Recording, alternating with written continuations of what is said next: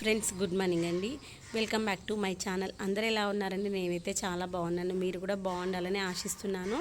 మనము పండగ వచ్చిందన్నా, బర్త్డే వచ్చిందన్నా, లేకపోతే మ్యారేజ్ డే వచ్చిందన్నా, ఏదైనా అకేషన్ వచ్చిందంటే దేవుడికి ప్రసాదం చేసి పెట్టాలనుకుంటాం కదా. ఆ యొక్క ప్రసాదాలన్నింటి ప్రసాదాలలో ఈజీగా క్విక్గా అయిపోయేటువంటి ప్రసాదం, పిల్లలు పెద్దల వాళ్ళ వరకు అందరూ కూడా ఇష్టంగా తినేటువంటి ప్రసాదం ఏమంటారు? పులిహోర. ఈజీగా అయిపోతుంది, అందరూ కడుపు నిండుగా తింటారు. ప్రసాదంతో పాటు మనం ఎక్కడికైనా ట్రావెలింగ్లో వెళ్ళేటప్పుడు ఈజీగా క్యారీ చేసేటువంటి ఇది ఏంటంటే పులిహోర.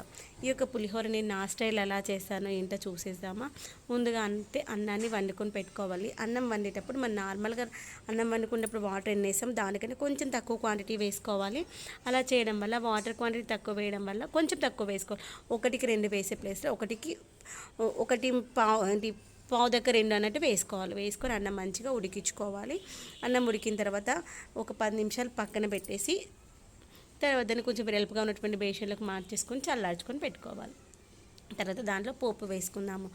మనం పులిహోరలో కొంచెం ఆయిల్ ఎక్కువ పడుతుంది. ఆయిల్ వేసుకొని పోపు గింజలు వేసుకొని కొంచెం మినప్పప్పు, కొన్ని పల్లీలు వేసి అవి మంచిగా వేగిన తర్వాత ఒక 2 ఎండుమిరపకాయలు, ఒక 4 పచ్చిమిరపకాయలు, తర్వాత వచ్చేసి కొంచెం పసుపు ఇవన్నీ వేసేసి మంచిగా కలిపేసుకోవాలి. అవి మంచిగా వేగేటప్పుడు కొంచెం మాత్రమే ఉప్పు వేసుకోవాలి. ఆ ఉప్పు అనేటువంటి ఆ పచ్చిమిర్చికి పట్టి, ఎండుమిరపకాయలకు పట్టి మనము మిర్చి ఒకవేళ తినేటట్లయితే టేస్ట్ మంచిగా ఉంటుంది.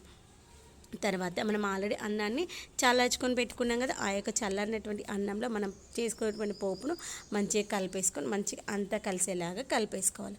అలా మంచిగా కలిసిన తర్వాత దాన్ని మనము ఇప్పుడు మనము నిమ్మరసం వేసుకొని ఆల్రెడీ పోపులో కొంచెం ఉప్పు వేసుకున్నాం కదా, రిమైనింగ్ ఉప్పు వేసేసుకోవాలి. ఇలా నేను నిమ్మకాయలు ముందుగానే ఒక గిన్నెలో రసం అంటే తీసి పెట్టేసుకుంటాను. తర్వాత మనము ఇలా టీ స్ట్రైనర్లో వేసుకున్నాం అనుకోండి, ఆ యొక్క గింజలు రాకుండా ఉంటాయి. తర్వాత దాన్ని మనము మంచి పులిహోరకు అంతా కలిపేలాగా కలిపేసుకోవాలి. అప్పుడు రుచికరమైనటువంటి ఈ యొక్క పులిహోర రెడీ అయిపోతుంది. దీన్ని మనము దేవుడికి నివేదన చేసుకోవచ్చు.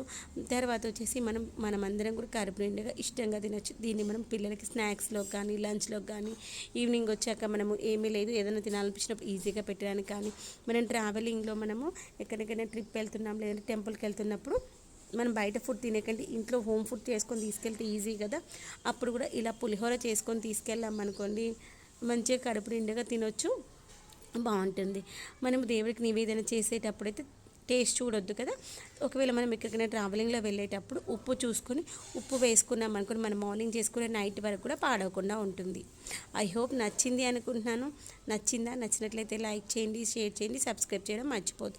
ఈ యొక్క వీడియో అయితే ఉగాది రోజు చేసుకున్నటువంటి ప్రసాదాలు అనమాట. పులిహోర, బొబ్బట్లు, వడలు చేశాను. వడకి కాంబినేషన్ పల్లి చట్నీ, పులిహోర కాంబినేషన్ పప్పుచారు చేశాను. మీరేం చేసుకున్నారు ఉగాదికి ప్రసాదాలు? కామెంట్ సెక్షన్లో చెప్పడం మర్చిపోద్దు. Okay friends, bye.